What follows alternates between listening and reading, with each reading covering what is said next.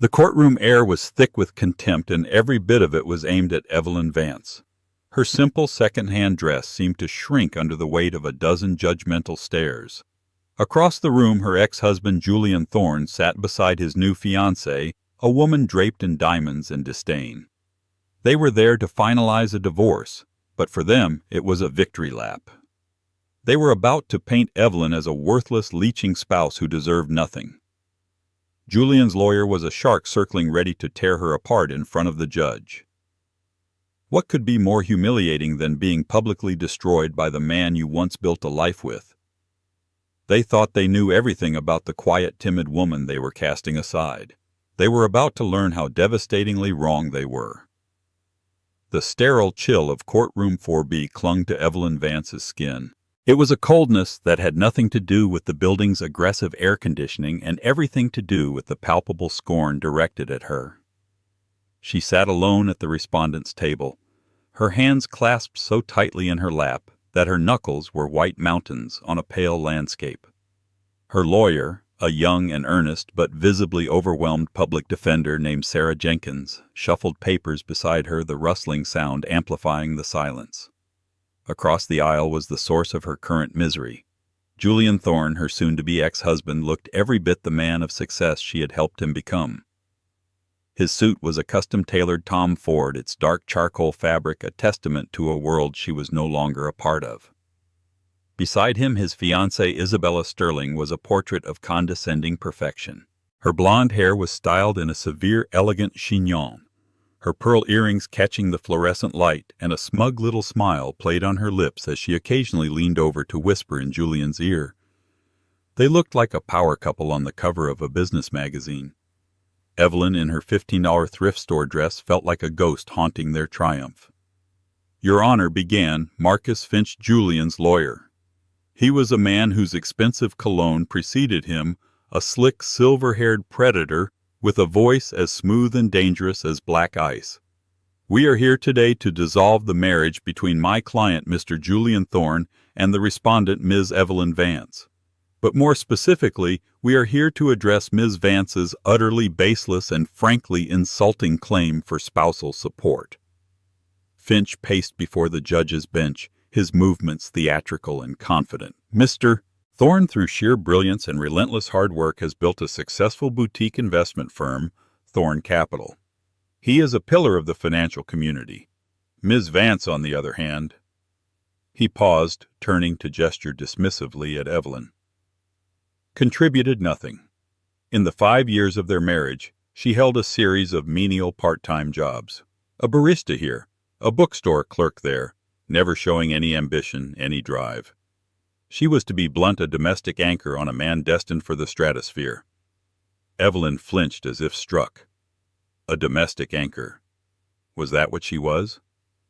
She thought of the countless nights she'd worked double shifts at the diner, the scent of grease clinging to her hair, so Julian could afford the subscription to the Wall Street Journal and the data terminals he needed.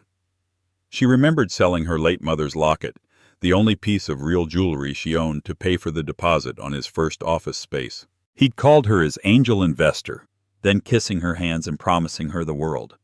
Furthermore, Finch continued, his voice dripping with theatrical pity, "Ms. Vance has made no effort to become self-sufficient since their separation 6 months ago. She lives in a rundown apartment, works minimal hours at a local library, and seems to expect my client, a man she emotionally abandoned long ago to fund her unambitious lifestyle, indefinitely. It is not just unreasonable. Your Honor, it is parasitic." Isabella Sterling let out a soft, delicate scoff, just loud enough for Evelyn to hear. She glanced at Julian, who refused to meet her eyes, instead staring at the judge with a look of pained sincerity. He was playing the victim, the magnanimous genius held back by a simple, grasping woman. "We have bank statements, employment records," Finch said, slapping a folder onto the clerk's desk. "They will show a woman content with mediocrity while my client built an empire. To award her alimony would be to reward indolence. We propose a one-time settlement of $5,000, a generous offer to help her get on her feet. And nothing more. $5,000. For 5 years of her life. For sacrificing her own dreams, for believing in his." A bitter laugh almost escaped Evelyn's lips. It was less than the cost of the watch on Isabella's wrist. The judge, a stern-faced woman named Judge Miller, peered down at Evelyn over her glasses.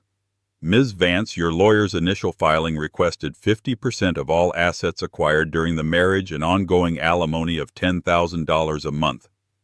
Mr. Finch presents a very different picture of your contributions. Do you have a response?" Evelyn's throat felt like it was filled with sand. All eyes were on her. She could feel the weight of their judgment, their belief that she was exactly what Finch had painted her to be, a pathetic failure clinging to a successful man's coattails. "Your Honor," Sarah Jenkins began, her voice a little shaky, "my client supported Mr. Thorne emotionally and financially in the early years.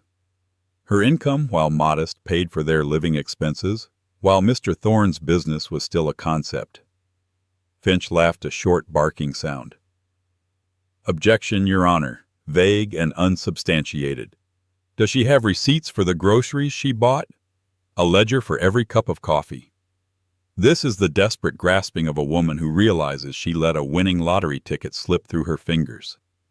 The small gallery, mostly composed of Julian and Isabella's friends, tittered with amusement. Julian finally chanced to look at Evelyn, his expression a mixture of pity and annoyance. It was the look you give a stray dog you have to shoo away from your pristine porch. That look, more than anything Finch had said, broke something inside Evelyn. The dam of quiet suffering she had maintained for months finally cracked. She took a slow, deep breath, the cold courtroom air a shock to her lungs. The fear and shame that had paralyzed her began to recede, replaced by a slow-burning, diamond-hard resolve. They wanted to know about her finances. They wanted to talk about what she was owed. Fine. It was time to stop playing by their rules. She leaned over and whispered something to her lawyer. Sarah Jenkins' eyes widened in shock, then confusion, then a dawning, electrifying understanding. She straightened up, her entire demeanor changing from that of a nervous rookie to a confident professional. "Your Honor," Sarah said, her voice now clear and strong, cutting through the murmurs in the room, "we withdraw our previous request. It is, as Mr. Finch so crudely pointed out, inadequate." Finch smirked. "Finally some sense. So you'll be accepting my client's generous offer?" "No," Sarah said, looking directly at him. "We will be filing a new motion. A motion to dismiss the need for any spousal support whatsoever. My client has no need for Mr. Thorne's money. However, we will be seeking reimbursement for a number of personal assets left in the marital home." She paused, letting the statement hang in the air. "Assets valued conservatively at approximately $25 million. The courtroom fell into a stunned, absolute silence. Marcus Finch's smirk vanished, replaced by a slack-jawed gape. Julian and Isabella stared, their faces masks of pure disbelief. $25 million. From the woman in the cheap dress, the game had just changed, and Evelyn Vance was finally ready to play. The memory was so vivid it felt like yesterday. It was raining, a relentless New York City downpour that turned the streets into dark, glistening mirrors. They were huddled in their tiny fourth-floor walk-up apartment in Brooklyn, the one with the rattling radiator and the window that never quite closed. Evelyn had just come home from a 12-hour shift at the Daily Grind, a coffee shop where she was a star barista, her hands aching and smelling faintly of burnt espresso. Julian was at their rickety dining table, which was buried under a mountain of papers, his face illuminated by the glow of a laptop screen. He hadn't even noticed she'd come in. That was common in those days. His mind was always miles away, lost in the intricate world of algorithms, market trends, and financial projections. "Jules," she had said softly, placing a paper bag on the one clear corner of the table, "I brought you a sandwich. The pastrami you like." He looked up, his eyes unfocused for a moment before recognition dawned. "Oh, Ellie. Hey. I didn't hear you." He ran a hand through his already messy hair. "I think I'm onto something. A predictive algorithm for microcap stocks. It's revolutionary." She had smiled, her exhaustion momentarily forgotten in the face of his infectious passion. This was the Julian she had fallen in love with. the brilliant, driven dreamer who saw patterns in the chaos of the world that no one else could. He wasn't Julian Thorne, the future CEO then. He was just Jules the boy with a dream too big for their tiny apartment. "That's amazing," she said, unwrapping the sandwich for him. "Eat something.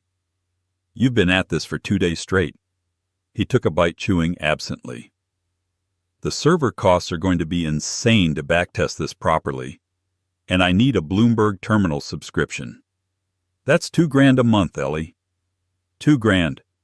He sighed, the weight of his ambition pressing down on him. "It's impossible." Evelyn looked around their apartment. Every piece of furniture was second-hand, every dish was chipped. Her clothes were from clearance racks, her one luxury a new book every month. All their money, every spare dollar from her job and his occasional freelance coding gigs, went into a savings account labeled The Dream. But it wasn't enough. The next day she took the subway to a small dusty pawn shop in the Diamond District. In her pocket was a small velvet box. Inside lay a delicate gold locket intricately carved with forget-me-nots. It had been her mother's, given to her on her 16th birthday. It was the most precious thing she owned, a tangible link to a past she rarely spoke of. She walked out an hour later with $2,500 in cash, enough for the subscription and a little extra. When she gave the money to Julian that night, he was ecstatic. "Ellie, how? Where did you get this?" "I have my ways," she'd said with a breezy smile, tucking the memory of the gruff pawnbroker and the ache in her heart into a deep, hidden corner. "Call me your angel investor." He had lifted her off her feet, spinning her around their tiny living room. "When Thorne Capital is a reality, I'll buy you 1,000 lockets. I'll buy you a diamond for every coffee you've ever served. I promise, Ellie. It's all for us." For us. That had been the mantra. The sacrifices piled up, each one a brick in the foundation of his success. She took on extra shifts, becoming a waitress at night after her barista job. She learned to patch his suits, to cook gourmet-tasting meals on a shoestring budget for the potential investors he'd bring over. She was his sounding board, his cheerleader, his unpaid assistant, and the silent, steady engine that kept his life running while he focused solely on the dream. The day Thorne Capital secured its first round of major funding was the best day of their lives. He came home, lifted her up in that same way, and they drank champagne, real expensive champagne, out of their mismatched coffee mugs. The future felt limitless. But success, Evelyn learned, was a corrosive acid. The more successful Julian became, the more the us began to feel like him. Their tiny apartment was traded for a sleek, minimalist condo overlooking Central Park. Her thrift store clothes were replaced by designer outfits he'd pick out, telling her she needed to look the part. The brilliant, passionate dreamer was slowly being replaced by a polished, calculating stranger. He began to criticize her. Her lack of a prestigious degree. Her simple hobbies of reading and gardening on their small balcony.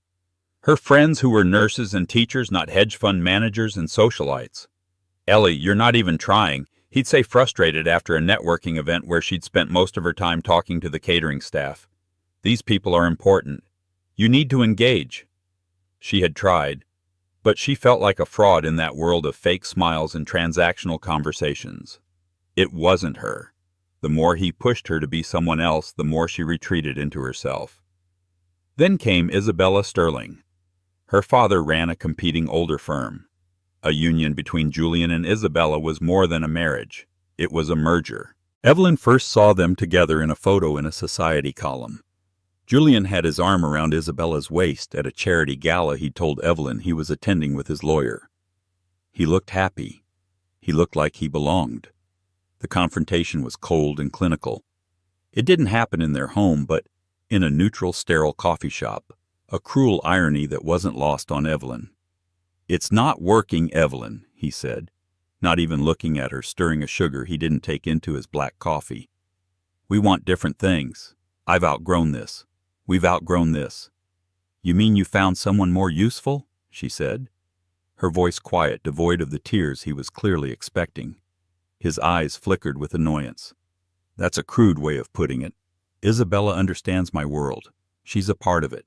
You were for the beginning. I'll always be grateful for that. But this is the big leagues now.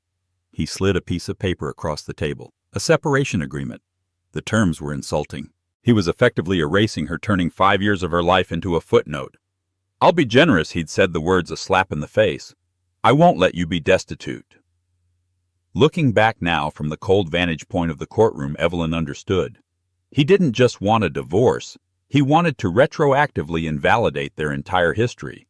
He needed to believe that he had done it all himself, that she was nothing more than a temporary phase, a piece of scaffolding to be kicked away once the skyscraper was built. By painting her as a lazy, unambitious parasite, he wasn't just trying to save money. He was trying to save his own story, rewriting it with himself as the solitary hero. And for that lie, he needed to humiliate her. He needed to make her small so he could feel big. The silence in courtroom 4B was a physical entity. It pressed in on them thick and heavy. Marcus Finch's face, usually a mask of smug control, had cycled through confusion, disbelief, and was now settling on outright fury. $25 million. Finch finally sputtered, turning to the judge as if she were his ally. Your Honor, this is absurd. It's a desperate, ludicrous tactic. What assets is she possibly referring to? A collection of used books and chipped coffee mugs. Judge Miller, however, was no longer looking at Finch. Her gaze was fixed on Sarah Jenkins, and for the first time a flicker of genuine interest lit her tired eyes. Ms. Jenkins, the judge, said, her voice dangerously level. You've made an extraordinary claim. I trust you are prepared to substantiate it. This court does not appreciate theatrics. We are, Your Honor. Sarah said, her newfound confidence radiating from her. She opened a thin file folder, one that had been sitting on her desk ignored all morning. During their marriage, Mr. Thorne and my client resided at 113 Central Park West Apartment 14A. When my client vacated the premises following their separation, she left behind several personal items she was unable to transport at the time. She slid a document across the table. This is a preliminary inventory. The first item is a painting that was hung in the main living area. It's a piece by Jean-Michel Basquiat titled Untitled Cadmium. A wave of murmurs rippled through the gallery. Even Julian looked confused, his brow furrowed. He glanced at Isabella, who simply shrugged, a look of bored annoyance on her face. Finch let out a derisive snort. A Basquiat. Your Honor, they had a print, a poster they bought online for $50 and had framed.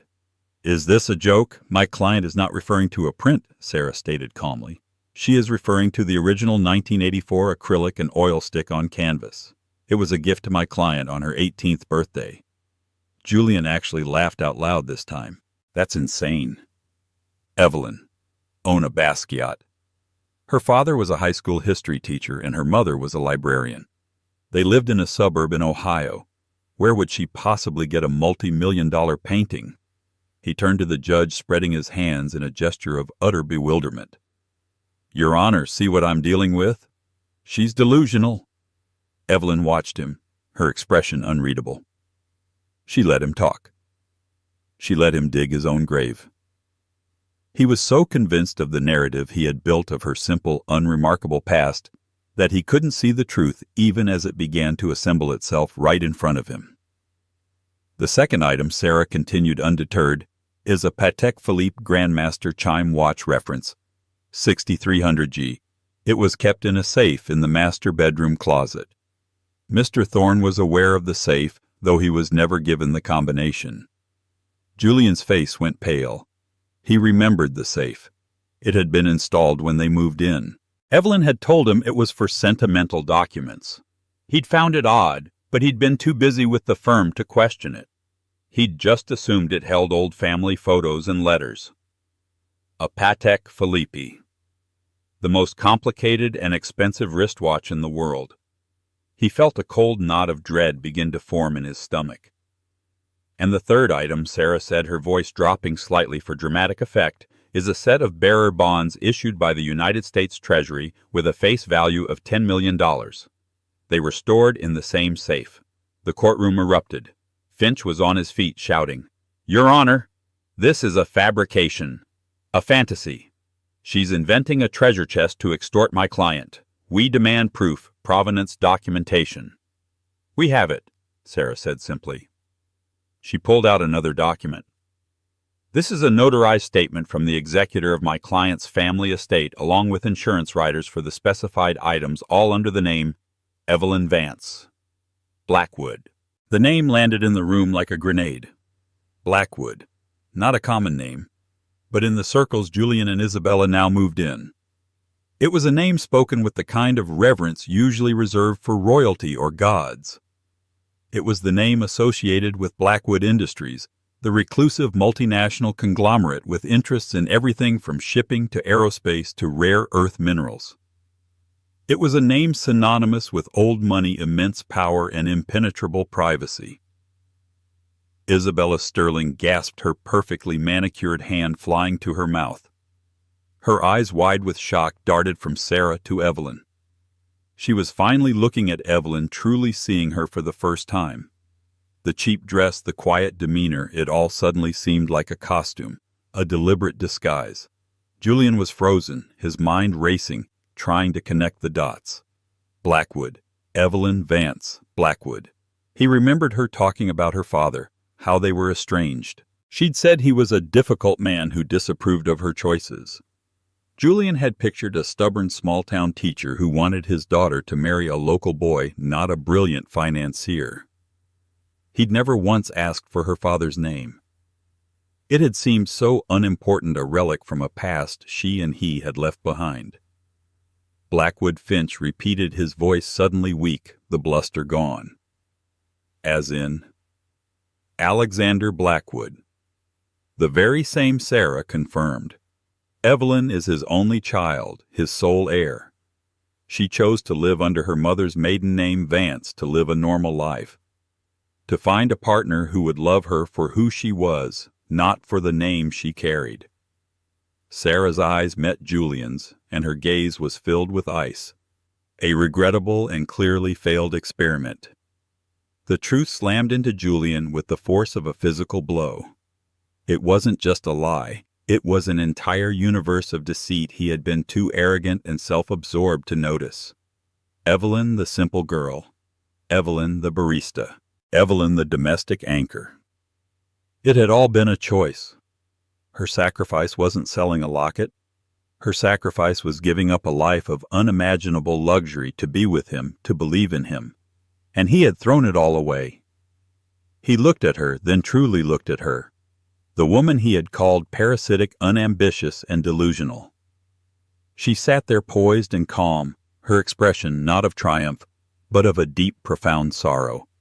The sorrow of a woman who had gambled her heart on a man, and lost in the most spectacular way possible. In that moment, Julian Thorne didn't just see the heiress to the Blackwood fortune. He saw the greatest mistake of his entire life. The winning lottery ticket he hadn't just let slip through his fingers, he had torn it to shreds and thrown it in the face of the woman who handed it to him. Isabella was already inching her chair away from him, her face a mask of horror and calculation. She wasn't looking at a fiancé anymore. She was looking at the stupidest man in the world. The courtroom was in a state of suspended animation, caught in the aftershock of the name Blackwood. Judge Miller, for her part, had regained her composure with the practiced ease of a woman who had seen every form of human drama. She banged her gavel once, the sharp crack echoing in the stunned silence. "Order," she commanded. "Mr. Finch, sit down. Ms. Jenkins, you have made a claim that changes the entire nature of these proceedings. You mentioned an executor. You mentioned documentation. But in a case this unusual, the court will require more." Marcus Finch, seeing a sliver of opportunity, scrambled to his feet again. "Exactly, Your Honor. This is hearsay. Papers can be forged. Stories can be invented. They have to produce more than a name. They have to produce a person." Where is this mythical Alexander Blackwood? Why isn't he here to confirm this preposterous story? It was a valid point.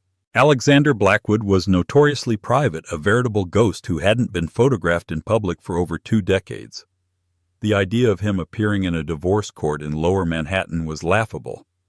Finch knew it, and a bit of his swagger returned. He was betting it was all a bluff, an incredibly audacious one, but a bluff nonetheless. Sarah Jenkins didn't flinch. She glanced at the clock on the courtroom wall, then towards the heavy oak doors at the back. My client's father is currently on a transoceanic flight and cannot be reached. His privacy is, as Mr. Finch knows, of paramount importance. However, she said, her timing impeccable, we were prepared for the court's need for direct verification. We have a witness. A witness, the judge asked, her eyebrows raised. Your witness list was submitted last week. It contained only one name, Evelyn Vance. This is an unscheduled character and financial witness. Your Honor, Sarah admitted. But their testimony is vital to corroborate my client's identity and financial standing, a matter which the petitioner's counsel has aggressively and repeatedly called into question. Given the circumstances, we believe their testimony is essential for justice to be served. Finch was livid. Objection. This is a procedural ambush. We have had no time to prepare, no opportunity for discovery on this mystery witness. This is a complete violation of protocol. Ordinarily, Mr. Finch, I would agree with you, Judge Miller said, her tone sharp. However, you are the one who spent the last hour painting Ms. Vance as a destitute liar. You opened this door. You demanded proof. Ms. Jenkins is offering to provide it. I'm going to allow it. But she warned Sarah this had better be substantive. Thank you, Your Honor, Sarah said with a respectful nod. She turned toward the back of the room. The defense calls Arthur Pendleton to the stand. If the name Blackwood was a grenade, Arthur Pendleton was a precision-guided missile. To the average person, the name meant nothing. But in the rarefied air of global finance and corporate law, the world Julian and Finch inhabited, Arthur Pendleton was a legend. He was the CEO of the Blackwood Industries parent company, the public face of the invisible empire. He was Alexander Blackwood's right hand, his gatekeeper, and his most trusted advisor for over 30 years. They called him the Viceroy. Julian's blood ran cold. He had seen Pendleton speak once at a Davos summit he'd paid a fortune to attend. The man exuded an aura of quiet, unassailable power that made brash new money players like Julian feel like children. The idea of Arthur Pendleton walking into this courtroom on behalf of Evelyn was impossible. The heavy oak doors at the back of the courtroom swung open. 2 men in dark, severe suits entered first, their eyes scanning the room with professional efficiency. They were clearly security, and then between them walked Arthur Pendleton. He was in his late 60s, tall and wiry, with a full head of silver hair and eyes the color of a winter sky. He wasn't dressed in the flashy style of lawyers like Finch. He wore a simple, impeccably tailored gray suit, a white shirt, and a dark blue tie. His clothes didn't shout money. They whispered it from a great and inaccessible distance. He walked with a calm, deliberate pace down the central aisle, his gaze fixed forward. The entire room seemed to hold its breath. The air crackled with his presence. He passed Julian's table without a flicker of acknowledgement. Julian felt an involuntary urge to shrink in his seat to become invisible. Pendleton's very existence in this room was a verdict on Julian's life, a judgment far more potent than any the judge could deliver. He had not just divorced a woman, he had insulted an empire. Arthur Pendleton reached the witness stand and stood patiently waiting to be sworn in. He looked at Evelyn, and for a single fleeting moment his stern expression softened into one of paternal affection and concern. It was a look that confirmed everything. Marcus Finch sank into his chair, his face ashen. All the fight had gone out of him. He was a shark, yes, but he had just discovered that he was swimming in an ocean that belonged to a blue whale, and he had made the fatal mistake of trying to bite it. Isabella Sterling slowly, deliberately picked up her crocodile leather handbag from the floor. She placed it in her lap and opened it, her movements precise and mechanical. She was no longer looking at anyone. She was calculating her escape. The merger was off. The court clerk, a man who had seen decades of mundane disputes, fumbled slightly as he administered the oath to Arthur Pendleton. The witness's quiet gravitas seemed to unnerve even him. "Do you swear to tell the truth, the whole truth, and nothing but the truth?" "I do," Pendleton replied, his voice calm and clear, carrying easily through the silent room. Sarah Jenkins approached the stand. "Mr. Pendleton, could you please state your full name and occupation for the court?" "My name is Arthur Hemmings Pendleton. I am the Chief Executive Officer of Blackwood Global Industries." Each word was delivered with precision, a statement of irrefutable fact. "And in what capacity do you know my client, Ms. Evelyn Vance?" Pendleton turned his gaze slightly to look at Evelyn, a fond, almost sad smile touching his lips for an instant. "I have known Evelyn since the day she was born. I am her godfather, and I am the executor of her family's trust." Sarah nodded. "Can you confirm for the court her relationship to your employer, Mr. Alexander Blackwood?" "Evelyn is Mr. Blackwood's only child and sole heir," Pendleton stated simply. "Her legal name is Evelyn Vance Blackwood. Vance was her mother's name. After her mother's passing and upon entering adulthood, Evelyn made a personal decision to use the name Vance exclusively in her public life. It was a choice born of a desire for privacy and normalcy, a choice her father, though he may not have fully understood it, begrudgingly respected. Finch, seeing his career flashing before his eyes, knew he had to do something, anything. He weakly rose to his feet. "Objection, Your Honor. This is all very touching, but it's not relevant to the division of marital assets." Judge Miller glared at him. "Mr. Finch, you spent the better part of an hour arguing that Ms. Vance's financial standing was zero, and that her character was that of a common grifter. This testimony speaks directly to both of those assertions." "Overruled. Sit down." Finch sat, his face burning with humiliation. Sarah continued. "Mr. Pendleton, we have submitted an inventory of 3 specific items: a Basquiat painting of Patek Philippe watch, and a series of bearer bonds, which my client claims are her personal non-marital property. Can you speak to the authenticity of these claims?" "I certainly can," Pendleton said. "The Basquiat Untitled Cadmium was purchased by Mr. Blackwood at a Sotheby's auction in 2015. It was a gift for Evelyn's 18th birthday. I personally oversaw the acquisition and the drafting of the deed of gift. It is her sole property. Its last appraisal valued it at $17 million. A collective gasp went through the courtroom. $17 million. For one painting. Julian felt dizzy. The numbers were so large they were almost meaningless. He remembered that painting. It had hung over their sofa. He'd always thought it was a chaotic, ugly mess. He'd once joked about replacing it with something more soothing. Evelyn had just given him a strange, sad look and changed the subject. "The Patek Philippe." Pendleton continued his tone as even as if he were reading a grocery list. "Was also a gift. From me, actually. For her graduation from Columbia University. It is one of only 7 in existence. Its value is approximately $3.5 million. Julian's mind reeled. Columbia Evelyn had told him she had a simple state college degree. Another lie. A lie to make herself seem smaller, less intimidating, more like him. The generosity of her deception was in its own way more devastating than the wealth itself. "And the bearer bonds," Sarah prompted. "Those were placed in a trust for Evelyn by her late mother, Catherine Vance Blackwood. They were intended as an emergency fund for Evelyn to be kept entirely separate from the Blackwood family finances to give her a measure of independence. I can confirm their face value is $10 million. All of these items predate her marriage to Mr. Thorne by several years. They are unequivocally her personal property."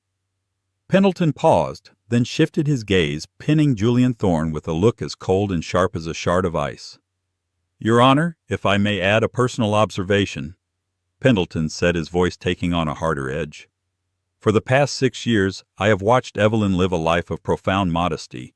She has done so to test a hypothesis that she could find a partner who valued her spirit, her intelligence, and her heart above all else. She actively hid a personal fortune that dwarfs Mr. Thorne's entire company, not out of deceit but out of hope. She worked grueling, thankless jobs not because she had to, but to support the man she loved, to allow his dream to flourish. She contributed every dollar she earned and every ounce of her energy to their partnership. He let the words sink in. The accusation I heard upon entering this courtroom that she was a parasite, an anchor, a woman of no ambition, is not only a grotesque falsehood, but the single greatest misjudgment of character I have ever witnessed in my 68 years. Mr. Thorne did not have a leech for a wife. He had a benefactress of unimaginable generosity. He was a man who was handed the keys to a kingdom, and instead of entering, he complained about the weight of the keys and threw them away for a handful of shiny pebbles. The metaphor delivered in Pendleton's devastatingly calm voice was brutal. It stripped Julian bare, exposing his shallow ambition and catastrophic lack of perception for everyone to see. Isabella Sterling had heard enough. Quietly, without a word to Julian, she stood up. She smoothed down her dress, picked up her purse, and with the posture of a queen abandoning a fallen state, she walked calmly out of the courtroom. The soft click of the door closing behind her was the sound of Julian's future ending. Julian didn't watch her go. He couldn't take his eyes off Evelyn. She was looking at Pendleton, and her eyes were shining with unshed tears, not of sadness, but of gratitude. For the first time in months, someone had spoken the truth. Someone had seen her. "I have no further questions for this witness, Your Honor," Sarah Jenkins said, returning to her seat. Judge Miller looked at the shell-shocked Marcus Finch. "Mr. Finch, cross-examination." Finch looked at Pendleton, who met his gaze with unnerving calm. "Cross-examine the viceroy of the Blackwood Empire. It would be professional suicide." "No, Your Honor." Finch mumbled, his voice barely a whisper. "No questions." Judge Miller surveyed the scene before her. The petitioner's side was in disarray. Julian Thorne sat alone, a man hollowed out, the architecture of his arrogance having collapsed in on itself. His lawyer, Marcus Finch, was shuffling papers with no purpose, avoiding eye contact with everyone. The respondent's side, by contrast, was a bastion of quiet strength. "Well," the judge said, her voice laced with an irony so dry it could start a fire, "this has certainly been an illuminating morning. The court finds the testimony of Mr. Pendleton to be credible and compelling." She fixed her gaze on Julian. "Mr. Thorne, your petition to deny spousal support is of course granted, as the respondent has graciously withdrawn her request. As for the matter of the personal assets, Ms. Jenkins has your client made arrangements to retrieve her property." "We have, Your Honor." Sarah confirmed. "Mr. Pendleton's security team is on standby. We request a court order granting my client immediate and exclusive access to the residence at 113 Central Park West for a period of 2 hours to retrieve her belongings." "So ordered," the judge said, banging her gavel. It felt less like a closing and more like a final nail being hammered into the coffin of Julian's life. "And as for the petitioner's generous offer of a $5,000 settlement," she looked at Julian with utter disdain, "the court dismisses that offer as insulting, made in bad faith, and based on a complete and willful misrepresentation of the facts. This proceeding is concluded." The gavel fell one last time. It was over. As people began to stir, the muted buzz of shocking gossip filling the room, Arthur Pendleton stepped down from the witness stand. He walked over to the defense table and placed a gentle hand on Evelyn's shoulder. "Are you all right?" he asked, his voice low and kind. Evelyn finally looked up, a single tear tracing a path down her cheek. She nodded, managing a small, watery smile. "Thank you, Arthur. For everything." "Alexander wanted to come himself," Pendleton admitted. "I had to talk him out of it. He would have bought the courthouse and had it demolished with Mr. Thorne still inside." Despite everything, a small laugh escaped Evelyn's lips. It felt like the first ray of sunshine after a long storm. She stood, and for the first time that day she squared her shoulders and looked across the aisle at the man who had been her husband. Julian was staring at her, his face a pathetic mask of desperation and dawning horror. As she began to walk away, flanked by Pendleton and her lawyer, he finally snapped out of his trance. "Ellie." He called out, his voice cracking. He stumbled from his chair, rushing to intercept her before she reached the aisle. "Ellie, wait. We need to talk." Pendleton's security men moved instantly, stepping between Julian and Evelyn, forming a silent, immovable wall. "Please," Julian begged, his voice, pleading, his eyes wild with regret. "I didn't know. I swear I had no idea. I made a mistake, a terrible, stupid mistake." Evelyn stopped. She looked at him, not over the shoulders of the security guards, but by stepping slightly to the side, meeting his gaze directly. The look in her eyes was not one of anger or hatred. It was something far worse, pity. It was the look one gives to something broken and insignificant. "You're right, Julian," she said, her voice steady and clear, carrying in the now quiet courtroom. "You did make a mistake. But your mistake wasn't leaving me. And it wasn't not knowing about my family." She took a step closer, forcing him to see the profound truth of her words. "Your mistake was believing that a person's worth is measured by their bank account. You mocked me for being a barista, a librarian. You were ashamed of me because I wasn't a CEO or a socialite. You didn't see any value in kindness or loyalty or sacrifice unless it directly served your ambition." She let the silence hang for a moment. "The money doesn't change who I am. I'm still the woman who served coffee to support you. I'm still the woman who sold her mother's locket for you. The only thing that has changed is that now you see that woman as valuable, and that Julian is why we are over. You didn't fall in love with Evelyn Vance, and you certainly don't deserve Evelyn Blackwood." With that, she turned her back on him. She didn't look back as she walked out of the courtroom, Arthur Pendleton at her side, leaving Julian Thorne standing alone in the ruins of his own making, a desperately poor man who had for a brief, shining moment held all the wealth in the world in his hands and had been too blind to see it. The news of the courtroom drama spread through New York's elite circles like wildfire. The story was just too delicious, the meteoric rise and spectacular self-destruction of Julian Thorne. His firm Thorne Capital imploded within a week. Investors, spooked by his catastrophic lack of judgment, pulled their money out. His reputation as a brilliant visionary was replaced by a new one, the fool who divorced the Blackwood heiress. No one wanted to do business with a man who couldn't recognize a billion-dollar asset when he was married to it. He lost the condo, his business, and what few real friends he had.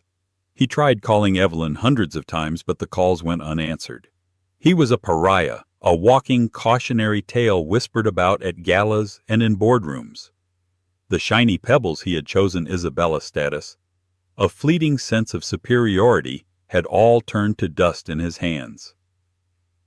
3 months passed. To the gossiping circles of New York's elite, the story of Julian Thorne's downfall had been a thrilling but fleeting drama. He was yesterday's news, a cautionary tale that had already been replaced by newer scandals. Evelyn Vance Blackwood had simply vanished, retreating behind the impenetrable walls that the Blackwood name afforded. Many assumed she had simply returned to a life of quiet, reclusive luxury, the brief, messy chapter of her public life now closed. They were wrong. The bomb dropped not in a society column, but on the front page of the Wall Street Journal. The headline was stark printed in bold, uncompromising ink: "Blackwood Heiress launches $500 million Vance Foundation for Educational and Arts Access." Beneath it was a photograph of Evelyn taken at a press conference held not in some sterile corporate ballroom but in the majestic book-lined hall of the New York Public Library. She looked transformed. The timid, haunted woman from the courtroom was gone, replaced by a leader. She was dressed in a simple but exquisitely tailored navy blue dress, her hair cut in a sharp professional bob. There was no ostentatious jewelry, only the quiet confidence of a woman who had found her power. Her eyes, once downcast, were now clear-focused and held a fire that no one, least of all Julian, had ever seen before. The launch of the Vance Foundation was a meticulously planned statement. The guest list was not a Rolodex of Wall Street titans and vapid socialites. It was composed of university presidents, celebrated poets, struggling playwrights, community organizers, and public school teachers.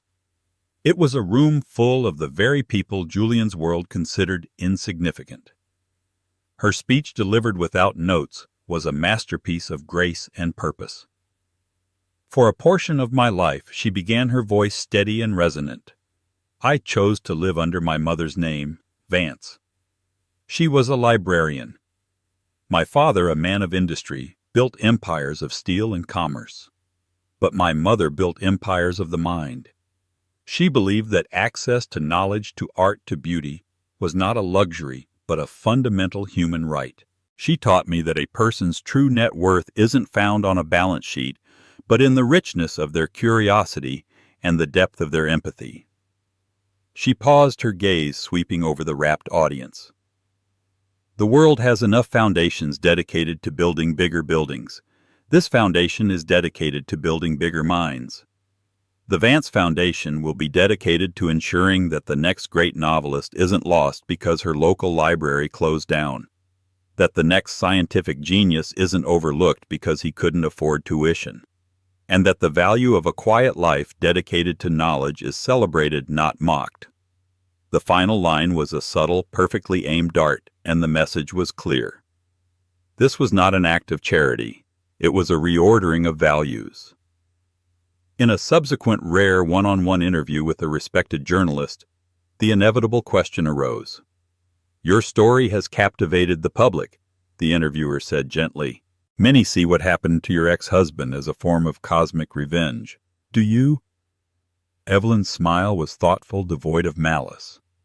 "I don't believe in revenge.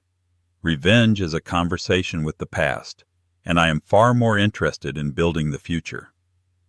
What happened in that courtroom wasn't about punishing Julian. It was about my own liberation. For years I allowed someone else to define my worth, to dictate my story. I made myself small to make him feel big, believing that was the nature of love and support. My mistake was in thinking that my value was something that could be diminished by someone else's opinion." She leaned forward, her sincerity palpable. "My father's name, Blackwood, provides the resources for this work. It's a tool, a powerful one. But my mother's name, Vance, provides the mission. This foundation is my voice. It's a testament to the belief that true strength isn't about how much you can acquire, but how much you can give. My story isn't about a secret heiress. It's about a librarian's daughter finally putting her mother's lessons into practice." Far across town, in a dimly lit bar in Queens that smelled of stale beer and regret, Julian Thorne watched the interview on a flickering television mounted over the counter. He was nursing a cheap whiskey, the amber liquid doing little to numb the perpetual ache in his soul. He had lost everything. His firm was a bankrupt shell, his condo had been sold to cover his debts, and his name was a punchline. He was wearing a frayed shirt, his face unshaven, the ghost of the Tom Ford-wearing titan he once was. As Evelyn spoke, every word was a fresh torment. A librarian's daughter. He remembered mocking her mother's profession, the value of a quiet life. He remembered calling her unambitious.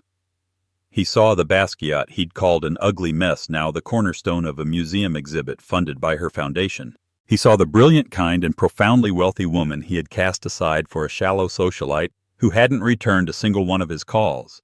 He hadn't just misjudged her finances, he had fundamentally misunderstood the nature of value itself. His ambition had been a raging fire that had given him a brief, brilliant light before consuming him completely, leaving him as nothing but cold ash. He finally understood. He hadn't just lost a fortune. He had lost a universe. Evelyn, meanwhile, was miles away from any thought of him. The interview was over. The galas and press conferences were done for the day. She was at a small, underfunded community library in the Bronx, one of the first recipients of a Vance grant. There were no cameras here. She sat on a small stool in the children's section reading a storybook to a small group of wide-eyed kids. In this quiet, unassuming space, surrounded by the smell of old paper and youthful imagination, she was truly home. She was not Evelyn Blackwood, the heiress, Nor was she Evelyn Vance, the mocked ex-wife.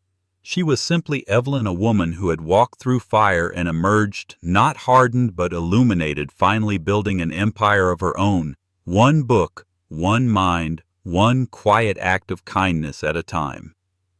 Evelyn's journey wasn't just about revealing a secret identity, it was about revealing her true self, a self she had hidden even from herself.